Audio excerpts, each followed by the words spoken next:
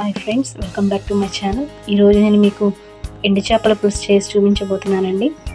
ఎండు చేపలను తీసుకొని వాటిని ముక్కలు ముక్కలుగా కట్ చేసుకొని ఒక బండ మీద వేసి బాగా రుద్దాలండి. దాని మీద డస్ట్ అంతా పోయేలాగా అలా 2 సార్లు వాష్ చేసుకోవాలి. నెక్స్ట్ స్టవ్ వెలిగించుకొని ప్యాన్ పెట్టుకొని ఆయిల్ వేసుకుందామండి. ఆయిల్ హీట్ అవ్వాలి. ఆయిల్ హీట్ అవుతుంది కదండి. నెక్స్ట్ నిమ్మకాయ సైజ్ అంత చింతపండు నానబెట్టుకున్నానండి. ఒక 10 నిమిషాలు నానాలి బాగా. ఆయిల్ హీట్ అయింది కదండి. ఎండు చేప ముక్కలు ఎర్రగా వచ్చేంత వరకు వేయించుకున్నాము.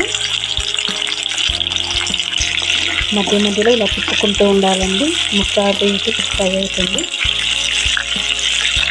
ఇది ఎర్రగా వేగితేనే బాగుంటుందండి, లేకపోతే డైరెక్ట్గా వేస్తే పచ్చివాసన వస్తుంది. నీట్ స్మెల్ కూడా వస్తుందండి బాగా. చూసారు కదండి, ఎర్రగా వేగిపోయాయి. నెక్స్ట్ ఇందులో తాలింపు గింజలు వేసుకున్నాము. ఒకసారి తిప్పుకున్నాము.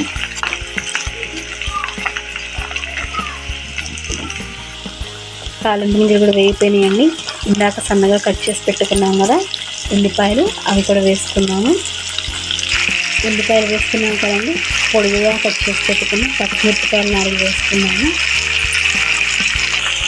ఇందులోనే కాస్త పసుపు, ఇందులోనే కాస్త సాల్ట్ వేసుకొని ఒకసారి తిప్పుకున్నామండి.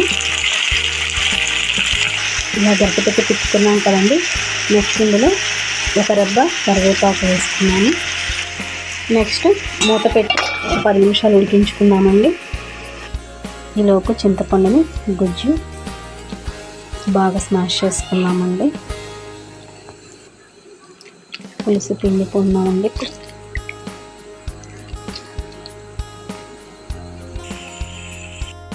10 నిమిషాలు అయిందండి. ఒకసారి తీసి చూసుకున్నాము.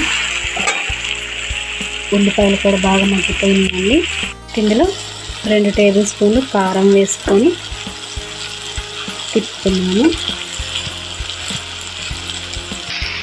కారం కూడా వేసుకున్నాం కదండి. నెక్స్ట్ చింతపండు పులుసు యాడ్ చేసుకున్నాము.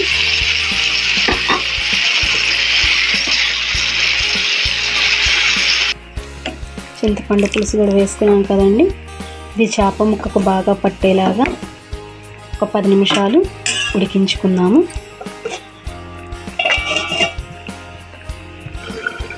ఒకసారి చూద్దామండి.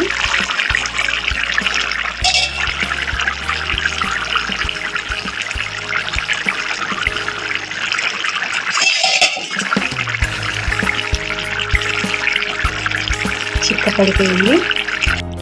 లాస్ట్లో పుదీనా కొత్తిమీర వేసుకున్నామండి. కొత్తిమీర కంటే కూడా నేను పుదీనా ఎక్కువ వాడతానండి. ఆ ఫ్లేవర్ చాలా బాగుంటుంది. హెల్త్కి కూడా చాలా మంచిది కదా. ఎక్కువ నేను పుదీనానే యూజ్ చేస్తాను. చూసారు కదండి, ఎండు చేపల పులుసు రెడీ అయిపోయింది. మీరు నచ్చితే ఒకసారి ట్రై చేయండి. సబ్స్క్రైబ్.